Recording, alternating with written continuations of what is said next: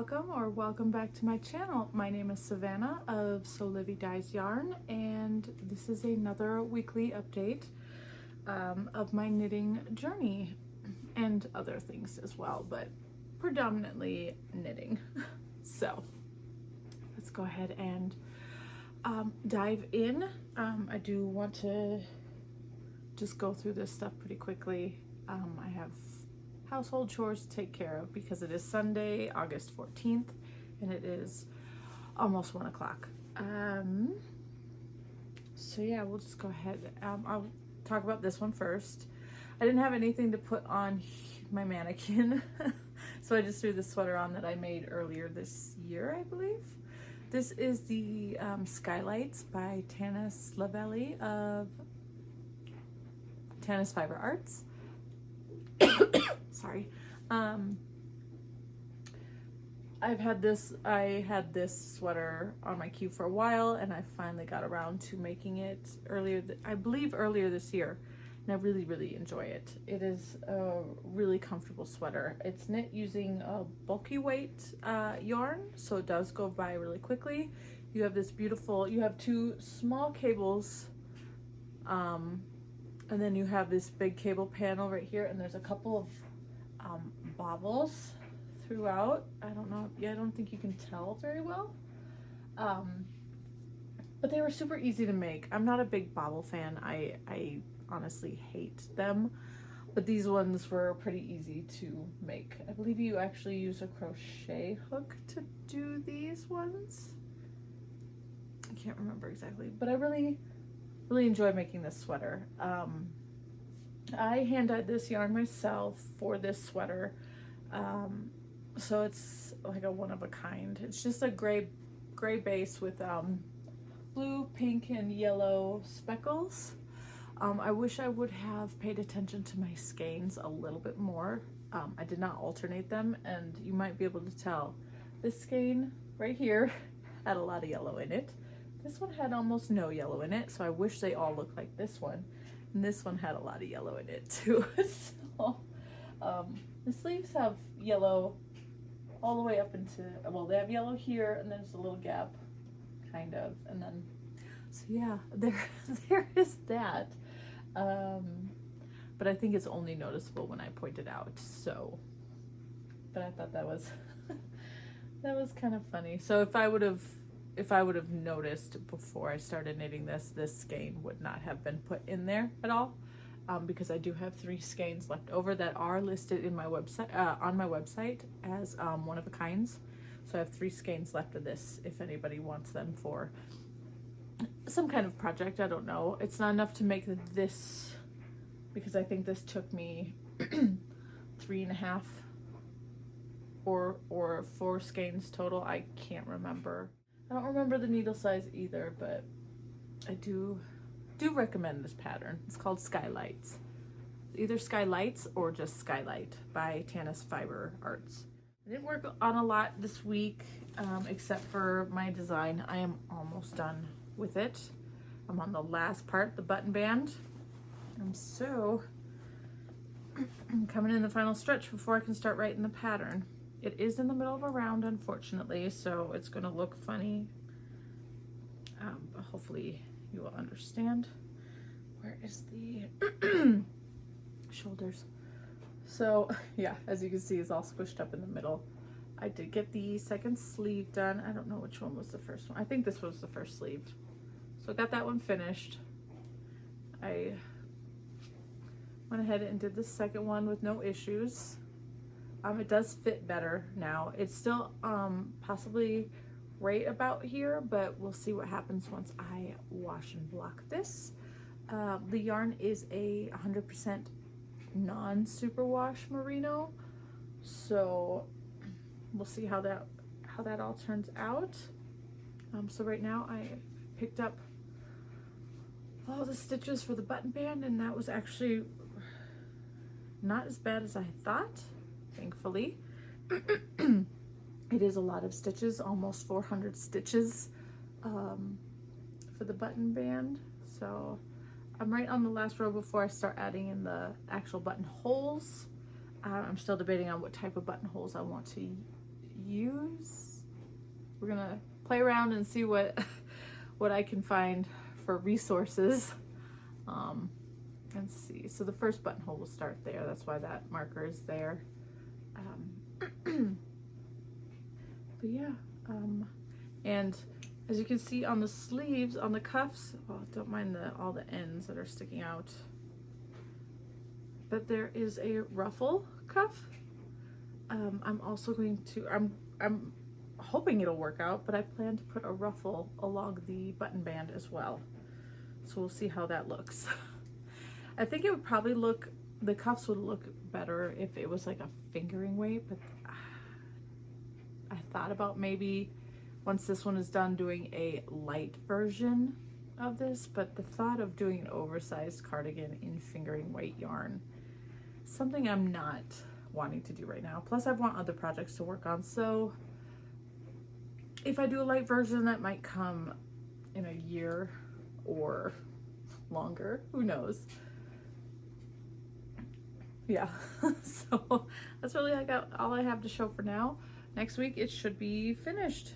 So keep an eye out for that, because definitely I will need testers once I get the pattern written, and I'm hoping to get the pattern, once this is done, have the pattern done within a week. We'll see. It really depends on that grading aspect and how easily I can pick it up, but we'll see. Okay, other whips.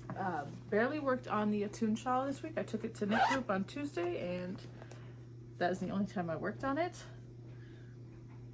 This is all that's left of ball number 1. Excuse me. I hand spun this, all my own hand spun yarn. It is wound up fibers for the colors, Busy Bee fibers for the main color. And I spun all this up earlier this year for this project, and it is just fantastic. It's a little messed up. Where is, okay, yeah, so I barely got any progress from the last time I showed you, because I did move the stitch marker down. So when I showed you last, I had just started the garter ridge section, so I've done that, but I put that there for I don't know what reason, can't remember. But yeah, here's the Attune shawl by Andrea Mowry. You have brioche on one side, half fisherman's rib on the other, and then garter ridge for the bottom section. And it's not all just knitting. It's knitting and purling still. It's different. I don't understand why, but I don't know. It's because you're not, hold on, I'm trying to think. Okay, it was required to cut your yarn, but I don't know why I don't understand why, but you gotta knit, and then you slide and purl, and then you flip, and then you're gonna purl, and then slide it, and then knit. So I'm not sure why, the reasoning why we couldn't just get it to the point where we could just knit, well, because, oh, okay, I get it now. Because it would be knit, purl, but if you're switching, then you'd actually have 2 rows of your main color and then 2 rows of your contrast color. But this way, it is still 1 row of each. Had a big section of green. That whole scrappy bundle was definitely all green, and then one was all pink. But I think we're just getting back into the multicolor again, which is fun. I need to get this done. It'll be so soft and squishy and warm for the winter. It'll be really, really nice to wear. So, yeah, again, just a little bit done during knit group. And all the yarn is hand spun. All hand spun. I have quite a bit left, so we'll see. It's crazy to think that I was so concerned about my yardage, but honestly, I probably have plenty to do the big size, but it's okay. It's okay. Last one. I finally brought my purse down so I could show you the half and half triangles wrap. My purse. It's just a fun little backpack I found on Etsy. And I keep my project and my ball of yarn. That is a disaster. That all stays in my purse at all times. And I've been working on this every day right before I pick up the kids. So I go a little bit early so I can get a good parking spot, and then I just sit in the car and work on this. So usually I can get maybe 1.5 rows done during that time. Yesterday, we drove up to our friend's house about 45 minutes away, and so I worked on this the whole time, and we did have a bit of traffic, so it was a little extra. It took maybe an hour to get up there. So I did 3 or 4 rows. I'm in the middle of the row, unfortunately, so you can't see the length of it. But right here, I accidentally dropped a stitch, so I have to put that back on the cable when I get back to it. But these are all my wrap and turns, and then the rest are all knit stitches. So this is a free pattern. It's the half and half triangles wrap by Pro Soho, if you've never heard of it before. It's a free pattern. You're just knitting and then knitting back, and when you get to the end with your stitch marker, you're doing a wrap and turn, knitting an extra one, and then putting your stitch marker back on, and then knitting and purling back. So it's actually making this triangle on the end, so I don't have to knit all these. So it is getting shorter and shorter. The last time I showed you, this is where I was because I had to restart, unfortunately. But I've made decent progress. I can actually move this now. What else can I say about it? I'm using Linen Quill by Pro Soho. It's the called for yarn. My colorway is Peach Stone, so it's like a mauve-y color. And then the second color will be Oatmeal Gray, which is just a pale gray color. So it's just technically it's going to be a big square, but down the middle, you know, that's where you'll fold it, and it'll end up becoming a triangle where one side is this color and the other side is the other color. And it kind of, you can offset it a little bit so the behind color will pop out a little. Oh, these things are beautiful. I've seen lots and lots of people knit these. They just look comfy and cozy and just really wonderful. It's a nice, mindless project and great to have with me for school pickup. So yeah, it just sits in my bag all the time. It came with these 2 pins. Okay, so this bag I got from Etsy. It took a little while to get here because it actually comes from China. But it came with these 2 pins. It came with 2 more, but I gave them to my daughter. And it came with this little squirrel stuffy. I got one of these calm strips. I thought that was cute. And then I put my little Persephone pin.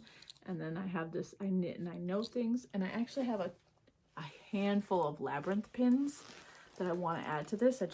I haven't done it yet. So yeah, and I have my cat butts. Well, there's cats, and then there's cat butts.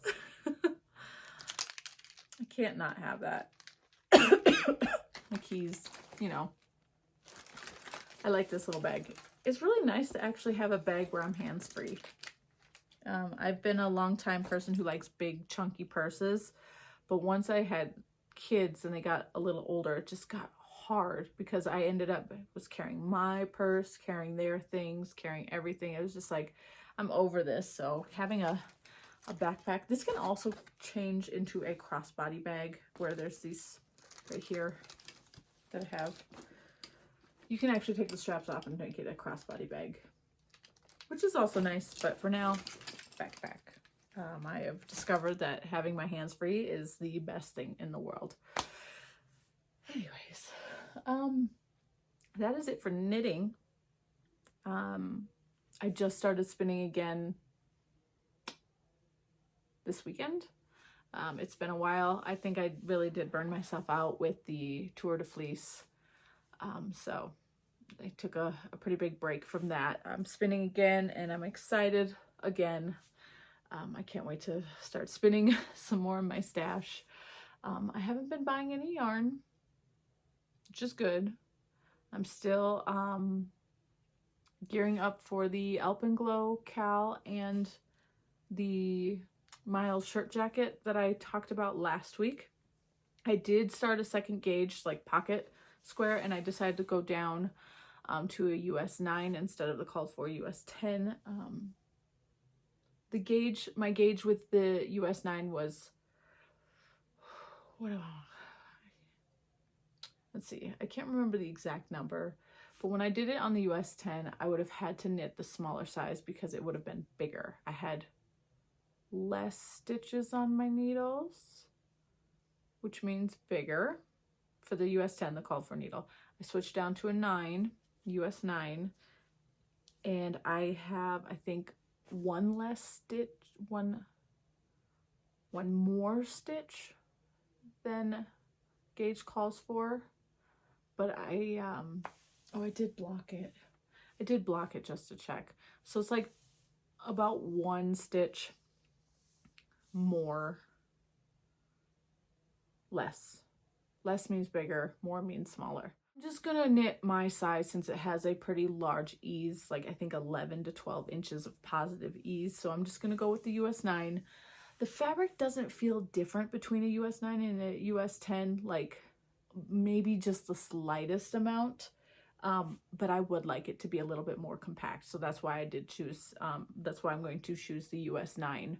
I know this is a lot. They're right over here. Let's see here. Okay, so since it's black, you probably won't be able to see it. But here is the US 10. Oh, you can see through it. You see how you can see through that? I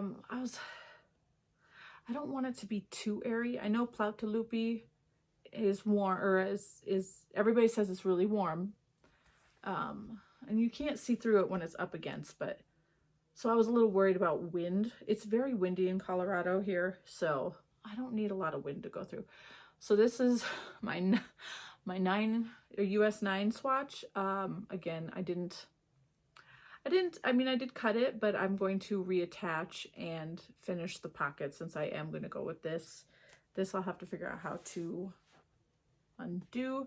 I'm holding the Plautelupi 2-stranded. And you can see it's not as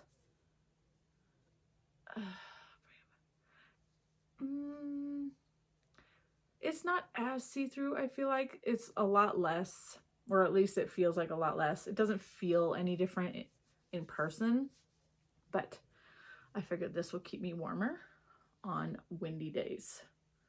So I'm really excited to start this. I think I'm going to start this as soon as I'm done with my floral rainbow cardi. I'd love to say that I would work on something else and get it finished, but I think I'll just go ahead and get this started. Let's see here. Let's hold these.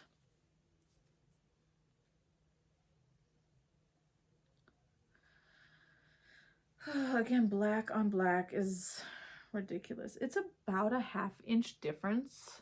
Yeah, you can't. There's a lot of strings there. It's about a 1/2 inch difference from the US 10 to the 9, US 9. So I don't think it's gonna be that terrible. If anything, I might lose an inch of ease. Maybe a little bit less, but I think I'll be okay. I think I will be okay. I wish I could just hit gauge every time perfectly. That'd make my life so much easier, but that is not the case. So yeah, just gonna finish that one up, but I want to finish up this cardi, which is gonna get done. Gosh, it could probably be done by tomorrow, honestly. And then this one, it's gonna take time because it is getting bigger and bigger. I don't know. And then the mittens, I haven't worked on them. I haven't worked on them. I need to because it's my wipgo for the month, so yeah. That is it, friends. Okay, quickly, last week was decent. Work was exhausting, let me tell you. Work was exhausting. We only worked 3 days last week, thankfully, so I did have a 4-day weekend, but it flew.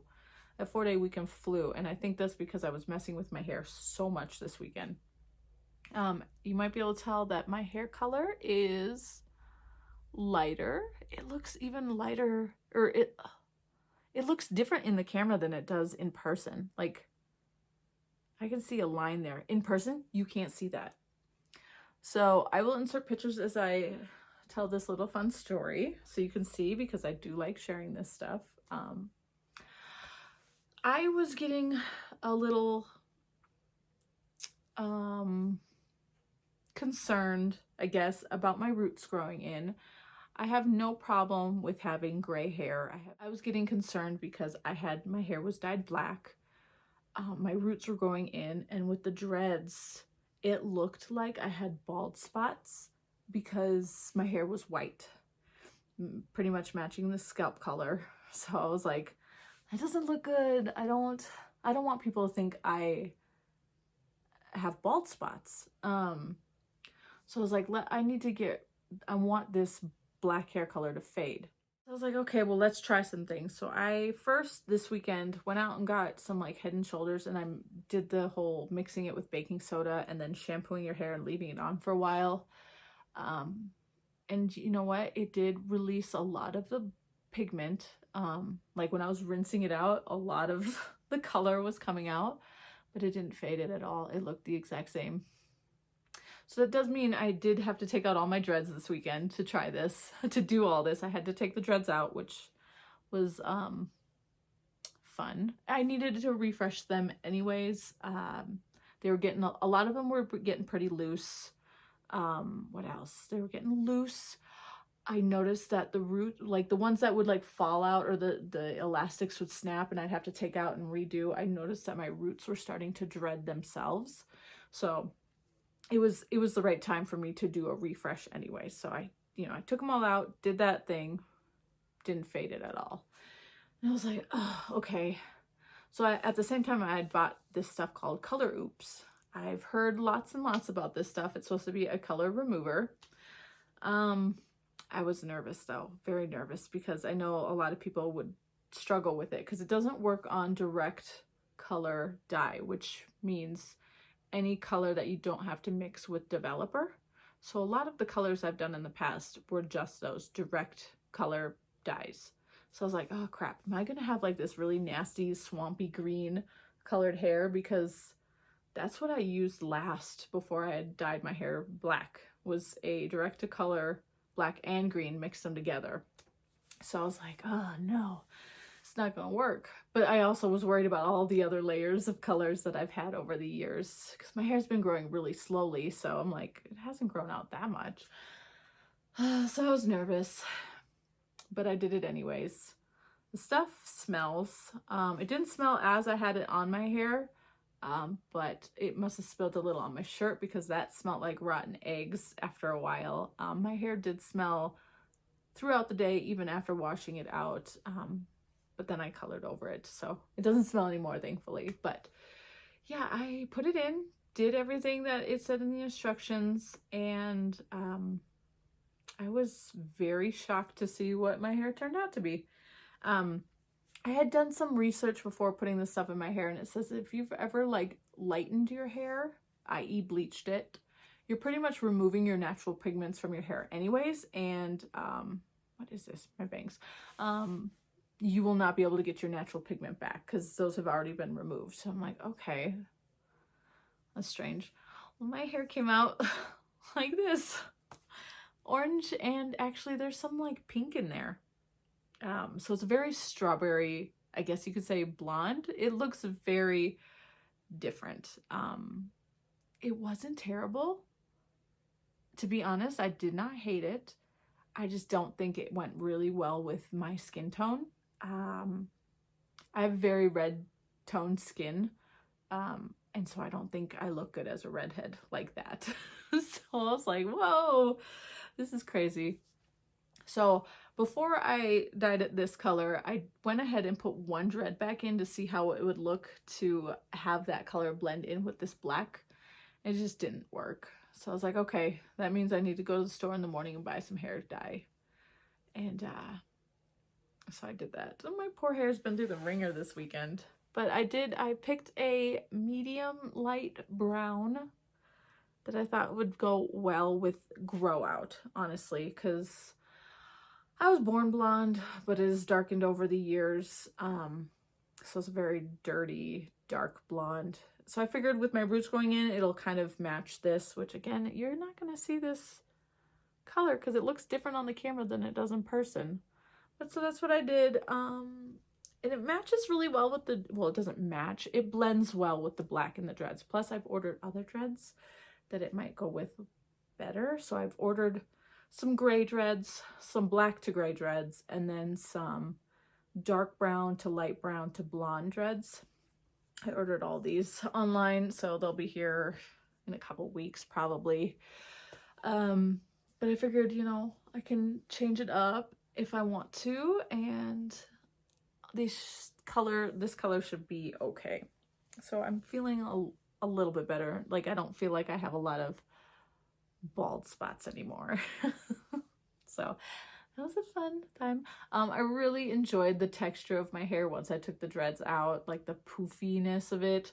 I really, really enjoyed it. I did comb out a lot of the hair that would have fallen out normally, because I do lose a lot of hair every day.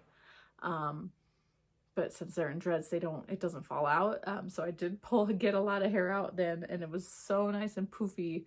I would have loved to have left it like that for a while, but I could tell that there was a lot of product buildup from me washing my hair with the dreads in. So it couldn't stay like that, but it was fun. It really was fun. And that has been my weekend, really. Just other than normal, you know, household chores and mom stuff and whatnot. So yeah, that is the adventures that I have going on here. What else do I want to say? Nothing, I guess. I have it's supposed to be this next week is supposed to be our first full week back. But my children will not have school on Friday, so I have to take Friday off as well. For now anyways. So yeah, I get 4-day work week, a 3-day weekend. Gosh, I'm gonna be so exhausted. My legs can't handle standing for so long, day after day after day. But yeah. All right, guys, I'm gonna go ahead and let you go. I appreciate you stopping by and listening to me rant and rave about whatever the heck I feel like talking about.